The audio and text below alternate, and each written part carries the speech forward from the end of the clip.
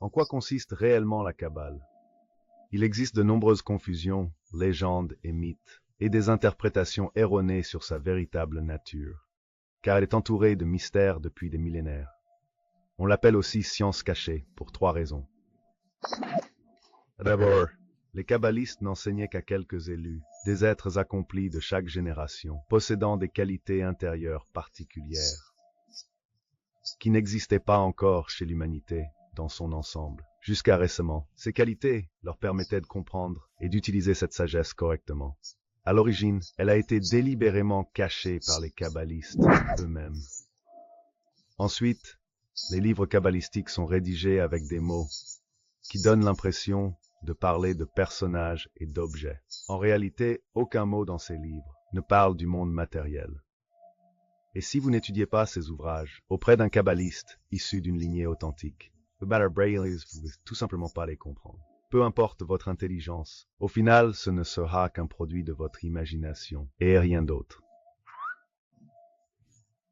La Kabbale révèle le sens et la nature de ce système, que nous appelons la vie, à moins qu'on ne ressente un profond et sincère besoin de se poser cette question. On ne peut pas entendre la réponse, même si elle est criée haut et fort.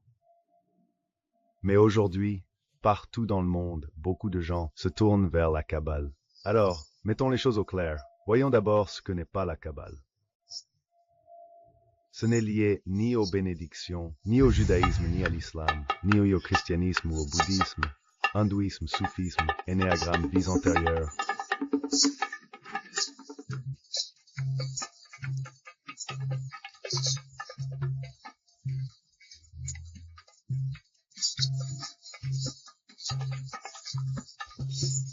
Médecine holistique, numérologie, guérison spirituelle ou aromathérapie, ni aux sociétés secrètes, au reiki, à l'hypnose, au channeling, à la transmutation, ni à la phrénologie, l'astrologie, les voyages astraux, la projection d'aura, les rêves lucides, ni au spiritisme, à la communication avec les morts, aux expériences hors du corps, au magnétisme, ni au vaudou, à la franc-maçonnerie, à la philosophie, à la réflexologie, aux ovnis, au créationnisme, ni au fanatisme, ni à aucune autre croyance. Même si de nombreux exemples cités ont puisé et souvent déformé les principes de la Kabbale au fil du temps. Mais alors, qu'est-ce que la Kabbale exactement? Selon le kabbaliste Yehuda Ashlag, la Kabbale se définit ainsi. La Kabbale, c'est avant tout, ni plus ni moins, qu'une suite de causes, qui s'enchaînent l'une à l'autre, par des lois immuables, jusqu'à atteindre un but suprême, qui est la révélation de la divinité. Dans ce monde, autrement dit, il existe une force supérieure. Des forces gouvernantes émanent de cette force supérieure, et rendent possible notre existence ici.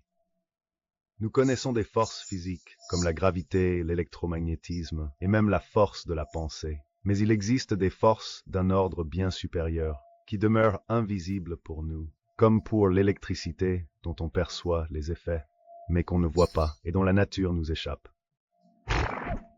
Cette force ultime, le Créateur, représente la source de toutes les forces de l'univers, et en est le niveau le plus élevé. Cette force supérieure a donné naissance à 5 mondes, et à une barrière qui les sépare d'une autre. La Kabbale n'étudie pas notre monde, ni ses habitants, comme le ferait la science classique. Elle explore tout ce qui se trouve au-delà de cette barrière. Il n'existe rien d'autre que les forces, venues d'en haut selon ses lois.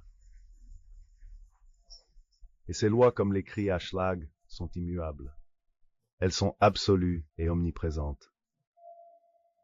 Et toutes ces lois visent à nous faire découvrir la force qui régit la nature. Tant que nous sommes dans ce monde. Voilà donc l'essentiel.